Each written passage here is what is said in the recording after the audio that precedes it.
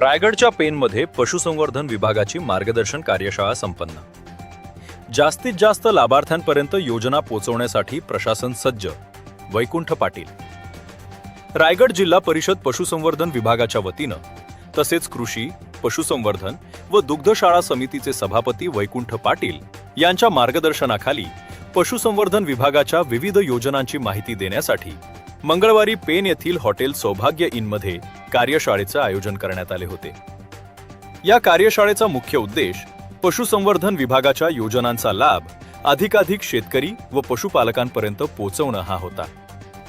या कार्यशाळेला कृषी, पशुसंवर्धन व दुग्धशाळा समितीचे सभापती वैकुंठ पाटील, पेन पंचायत समितीच्या सभापती स्मिता पाटील, उपसभापती संजय डंगर, कोकण विभागाचे प्रादेशिक सहआयुक्त डॉक्टर प्रशांत कांबळे, पशुसंवर्धन सहआयुक्त डॉक्टर देवेंद्र जाधव, जिल्हा उपायुक्त doctor Sachin Deshpande, JSW CSR प्रमुख सुधीर तैलन यांच्यासह अनेक मान्यवर उपस्थित होते। कार्यक्रमाची सुरुवात मान्यवरांच्या हस्ते दीप प्रज्वलनाने झाली। यावेळी पशुसंवर्धन विभागाच्या अधिकाऱ्यांनी पशुपैदास सुधारणा, पशुधनाचे आरोग्य, वैरण विकास, पशुखाद्य व्यवस्थापन आणि पशुधन व्यवस्थापन या पंचसूत्रीबाबत सविस्तर मार्गदर्शन केले। या प्रसंगी सभापती वैकुंठ पाटील यांनी बोलताना पशुसंवर्धन विभागाच्या योजनांसाठी राज्य सरकारकडून मोठ्या प्रमाणात निधी उपलब्ध होत असल्याचं सांगितले। तसेच रायगड जिल्ह्यातील जास्तीत जास्त लाभार्थ्यांना योजनांचा लाभ मिळावा यासाठी प्रशासन प्रयत्नशील असल्याचं त्यांनी नमूद केले। पशुपालकांच्या अडचणी सोडवण्यासाठी आपण कायम त्यांच्या पाठीशी राहणार असल्याची ग्वाहीही त्यांनी दिली।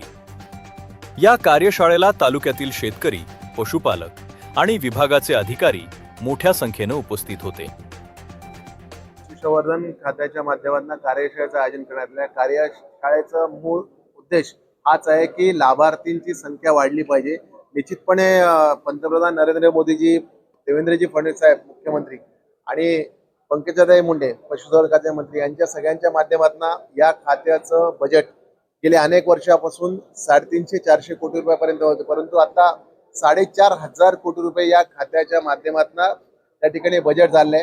आपल्या रायगड जिल्ह्यातील, आपल्या पेण तालुक्यातील, आपल्या परिसरातील लाभार्थी वाढले पाहिजेत आणि त्याचा लाभ समाजातील तळागाळातील शेतकरी वर्ग, पशुधारकांना मिळाला पाहिजे या उद्देशानेच या कार्यशाळेचं या ठिकाणी आयोजन करण्यात आले आहे।